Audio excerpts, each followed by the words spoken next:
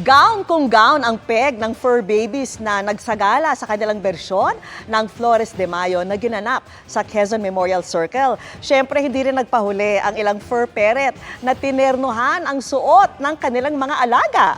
Nakatutok si Katrina Son.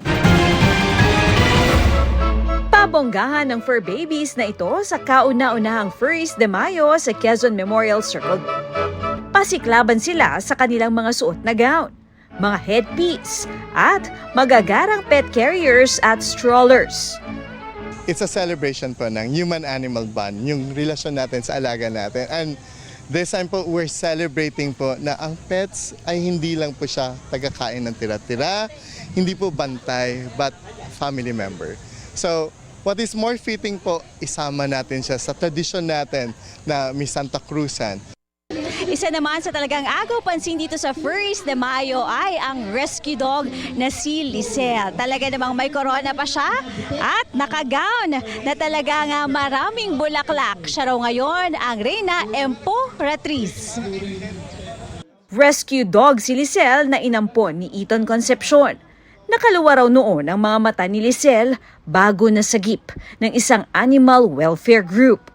Sumasali kami ng dog fashion events or competition, not only to showcase beautiful creations, but also to be the voice of the voiceless. To always choose compassion. Kanya-kanya ring mensahe ang ilang sumali. Masaya po, sobrang saya. Dahil po kasama ko po yung alaga ko ngayon na sineselebrate po namin yung Flores de Mayo. Sama sa gala, si Reyna Elena yung nasa dulong-dulo, siya yung may hawak na cruise. Yes, siya yung star. Kaya naisipan ko siya na lang si Reyna Elena. Hindi rin nagpatalo sa gown sa mga fur parent. May umiilaw. Ang ilan, nagniningning. Pinarangalan ang pinaka-natatangi at nasungkit ito ni na Eton at Lisel. Para sa GMA Integrated News, Katrina Son, nakatutok 24 oras.